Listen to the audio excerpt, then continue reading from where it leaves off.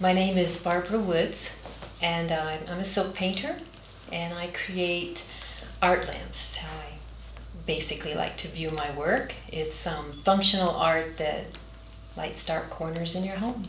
Well, what I like to do is start with an idea, and I stretch maybe 4 or 5 yards of white silk across my studio, and then I pencil in a design on that white silk. And because I have particular shapes I want to build, I will have a pattern or a template that I work with.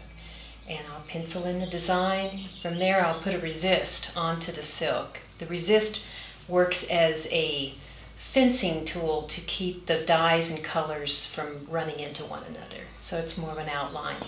Once that goes onto the silk, it dries. And from there, I can actually take my dyes and a paintbrush and I paint in all the colors and gradations of colors and texture.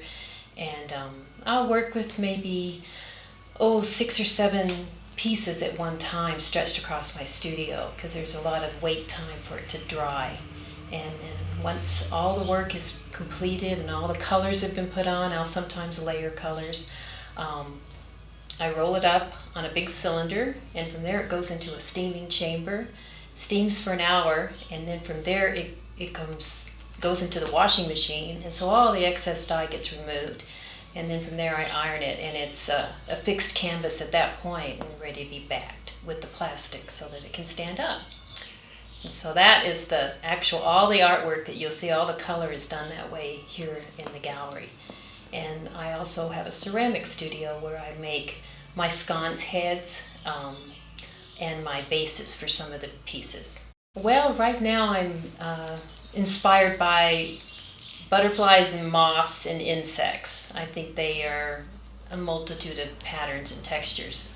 You can never find that kind of combination of colors anywhere else. And so I will try to hopefully create that again on my silk.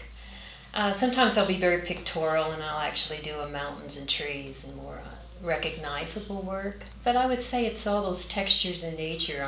I'm always sort of amazed when I can even get close. I feel honored that I even got that close. But that is basically my inspiration. I enjoy that interaction. I think being able to take something that's familiar and giving the added bonus of it lighting always seems to have a wow factor for me, especially for the sconces, because they're very fanciful and almost animated. I like to think, the way the light kind of shines behind their wings.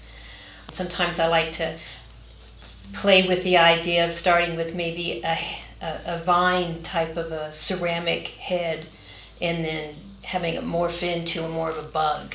So it kind of is humorous to me to watch people sort of get that.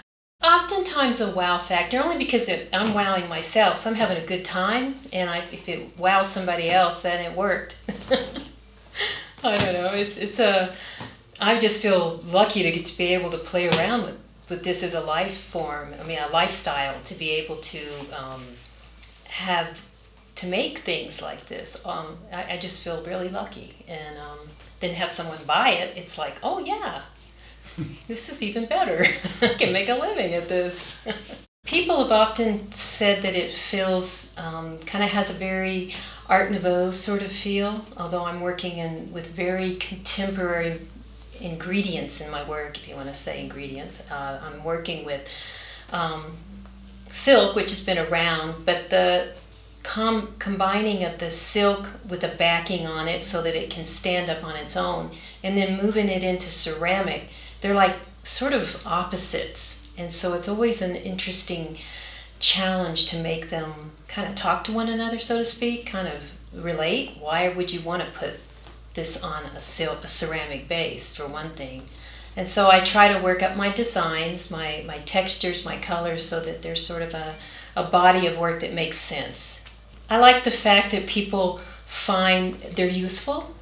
They can, there's so much items in our world that you don't really need more of them. But if you can justify having this piece of artwork that actually lights up your entryway or lights up a bedroom, it makes me feel like, well, I'm contributing a little help in their lives.